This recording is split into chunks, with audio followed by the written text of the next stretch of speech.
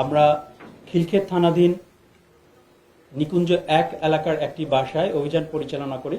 সেখান থেকে আমরা 2 জন চাইনিজ নাগরিককে গ্রেপ্তার করি। পাশাপাশি সেখান থেকে আমরা 305টি আইফোন উদ্ধার করি এবং বিভিন্ন যন্ত্রাংশ এবং আইফোনের বিভিন্ন পার্টস সংযোজন করার জন্য যে ধরনের মেশিনারিজ ব্যবহার করা হয়ে থাকে সেগুলো আমরা উদ্ধার করে থাকি। আমরা তাদেরকে প্রাথমিকভাবে জিজ্ঞাসাবাদ করি এবং এই জিজ্ঞাসাবাদের মাধ্যমে জানতে পারি যে স্থানীয় কিছু এখানকার যারা মোবাইল ব্যবসায়ী তারাও এই ঘটনার সাথে যুক্ত রয়েছে বা এই ব্যবসার সাথে যুক্ত রয়েছে। তাদের কয়েকজনের নাম আমরা পেয়েছি। আমরা তদন্তের স্বার্থে এখনই আমরা এই নামগুলো প্রকাশ করছি না, পরবর্তীতে তদন্ত শেষে আমরা এই নামগুলো আপনারা জানতে পারবেন। মূল অপরাধটা হচ্ছে তারা যে পথে নিয়ে এসেছে, এখানে কোনো বৈধ ঘোষণা নেই, আমদানি করার কোনো ঘোষণা নেই। তারা বিদেশ থেকেই এই আইফোনের পার্টসগুলা আলাদা করে এবং তারা বিভিন্ন বিমানের মাধ্যমে তারা এখানে পাঠায় এবং এখানে একটা তারা ল্যাব তৈরি করেছে, সেই ল্যাবে তারা সংযোজন করে কোনো ধরনের কোনো অনুমতি ছাড়া সেগুলো তারা স্থানীয় বাজারে বিক্রি করার প্রচেষ্টা চালায়।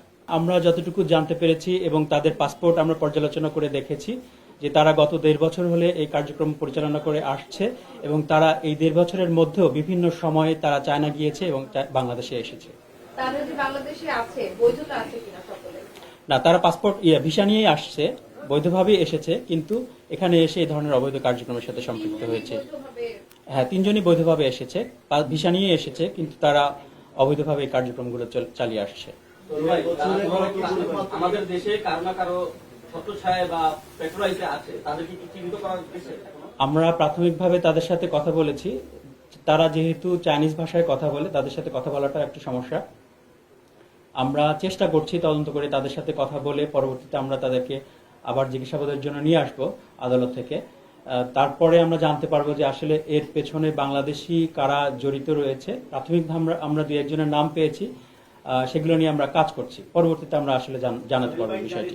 সাধারণ মানুষ যারা কিনছে তারা কিন্তু সাধারণ দোকান থেকেই কিনছে, বিভিন্ন যে মার্কেট রয়েছে, মার্কেটে যে দোকানগুলো রয়েছে সেখান থেকেই কিনছে। কিন্তু কেনার ক্ষেত্রে আসলে সচেতন হওয়া দরকার সাধারণ জনগণের। তারা যেন অবশ্যই বৈধভাবে আমদানি করা যে সকল মোবাইল রয়েছে, যেগুলো অফিসিয়াল ফোন, সেইগুলোই কিনতে উৎসাহিত করা উচিত। কারণ এই অবৈধভাবে নিয়ে আসা সেগুলো চোরাই হতে পারে, সেগুলো কোনো অপরাধের সাথে সংশ্লিষ্ট থাকতে পারে।